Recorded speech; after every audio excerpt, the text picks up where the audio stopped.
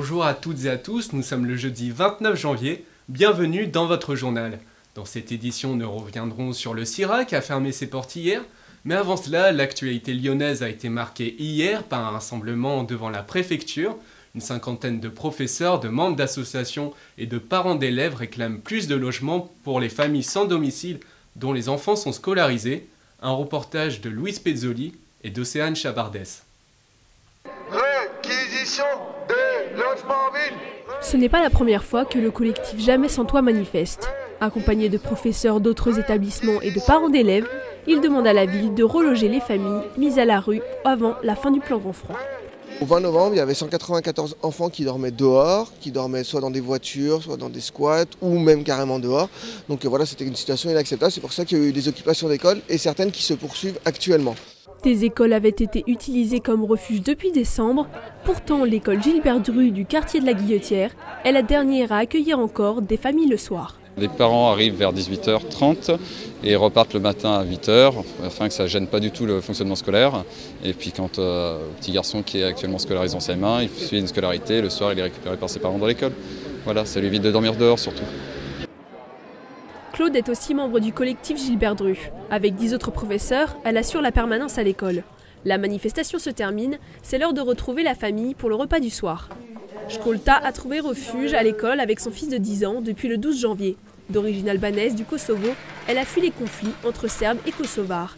Après 1 an et demi en France, elle vient tout juste d'être déboutée de son droit d'asile. Je me sens, c'est vrai que je ne suis pas comme à la maison, mais ici les gens ils sont tellement gentils avec moi. Ils me font à manger, à boire et je dors, il fait chaud. C'est comme si j'étais à la maison, mais sans être vraiment à la maison. Shkurte espère bien réobtenir son visa, mais le temps d'attente est parfois insupportable. D'après le collectif Gilbert Dru, une quarantaine de familles est encore en attente de logement dans le Rhône.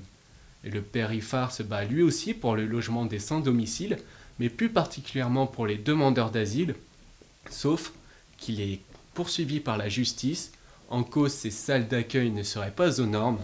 Mardi, la cour d'appel de Lyon a de nouveau fait traîner l'affaire en longueur. Mathilde Solage et Laura Uricel ont rencontré ce prêtre à la retraite qui est au contact quotidiennement avec les demandeurs d'asile. Là, ce matin, on a encore une femme qui arrive avec un petit gosse comme ça, quoi. À 70 ans, le père Rifar accueille au sein de son église une cinquantaine d'adultes et une douzaine d'enfants. En majorité africains, ils arrivent par Lampedusa, au Melilla, avant d'arriver à l'église de Montreno à Saint-Étienne.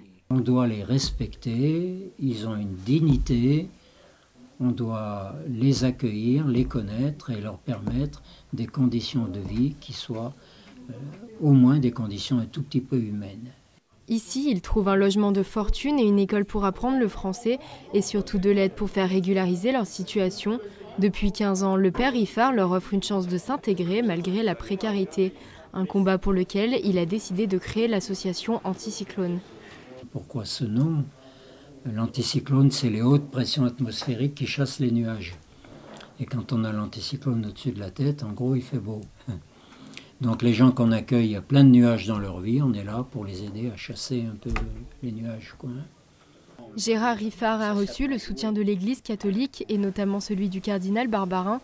En octobre dernier, il a décrit les actions du prêtre en exemple, un bon moyen donc de faire entendre son combat. En 2014, plus de 14 000 demandeurs d'asile ont été acceptés selon le ministère de l'Intérieur. Et maintenant, le reste de l'actualité en bref, avec Julie Voisin.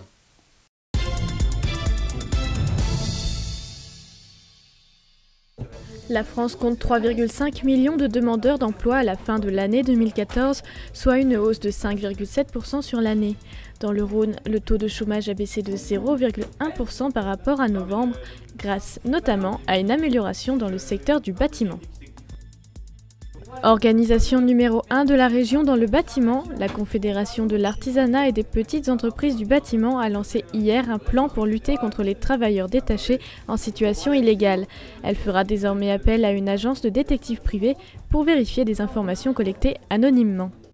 La région Rhône-Alpes est touchée par l'épidémie de grippe. 561 cas pour 100 000 habitants ont été détectés entre le 19 et le 25 janvier, le seuil épidémique étant placé à 177 cas pour 100 000. Le pic d'épidémie est attendu pour la mi-février au niveau national.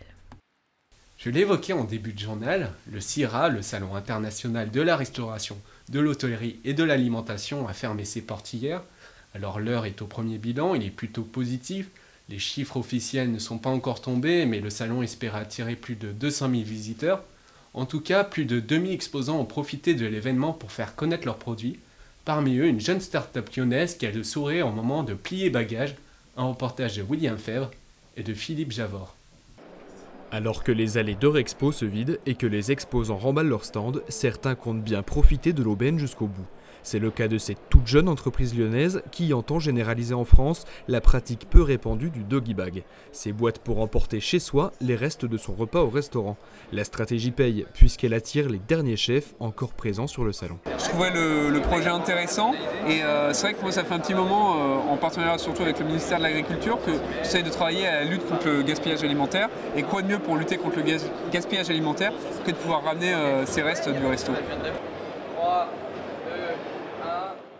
Ces jeunes entrepreneurs entendent faire parler d'eux. Leur concept, outre les restaurateurs, séduit également les industriels de tous bords. Créée en 2014, l'entreprise pourrait bien voir son chiffre d'affaires décoller dans les mois à venir. On a eu beaucoup de contacts et donc on est en plein développement sur des partenariats, etc.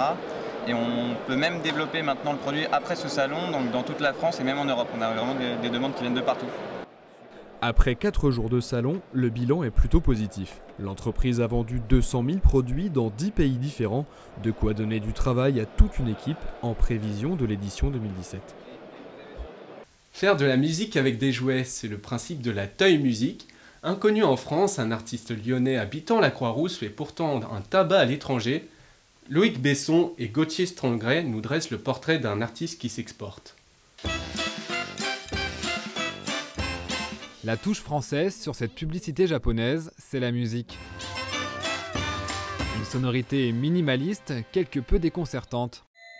Son compositeur, c'est lui, Christophe Péchanatz, aussi appelé Klimperet. Depuis 30 ans, il crée de la musique avec des jouets. Le petit lion. À cette époque-là, j'avais un voisin de palier et ami qui, lui, était une sorte de collectionneur, bricoleur d'instruments de musique. Et qui avait tout un tas de petites choses, des appos, des petits xylophones, des trompettes en plastique, et qui un jour me dit « Tiens, pourquoi tu n'essaierais pas d'intégrer, d'utiliser ça dans tes compositions ?» Ça a démarré comme ça. La Toy Music, c'est son image de marque, c'est ce concept que les producteurs s'arrachent. Mais dans les faits, Christophe crée bien de la musique avec tout et n'importe quoi. Quand je suis dans la rue, je touche les trucs, je tape dessus, j'écoute ce que ça fait. Je sais pas, c'est une manie. L'emploi du temps est plutôt chargé pour Christophe. À 56 ans, ce papa d'une petite fille doit mêler vie de famille, d'assistant médical et celle bien sûr d'artiste. Klimperet fait fureur à l'étranger et notamment au Japon, un engouement qu'il a encore du mal à expliquer. D'une manière générale, il y a un intérêt pour la culture française au Japon. Et en particulier pour certaines musiques, ça va basculer du côté Debussy, Ravel, Satie. Et là, du coup, Klimperet n'est pas très loin de ça dans l'esprit. Klimperet, c'est cette personnalité atypique que l'on remarque forcément. Les gens qui font un peu son type de musique sont vraiment spécialisés musique pour enfants, étiquetés musique pour enfants. Christophe, lui, il est aussi un peu dans les trucs un peu underground. Il arrive à croiser ces deux univers-là et je pense qu'il a vraiment quelque chose de spécifique par rapport à ça. Avec plus de 40 disques à son actif, Christophe Péchanatz ne compte pas s'arrêter là. Sa prochaine étape, composer pour une fanfare. Un mot de sport pour finir, l'équipe de France de handball s'est facilement qualifiée pour les demi-finales des championnats du monde. Le Lyonnais Guillaume Joly a encore été performant en pénalty. Les Bleus affronteront l'Espagne demain à 19h. C'est la fin de ce journal, je vous remercie de nous avoir suivis. Vous pouvez nous suivre en radio et sur le site du 10 du Mat, le lien s'affiche sur votre écran. À lundi pour une nouvelle édition.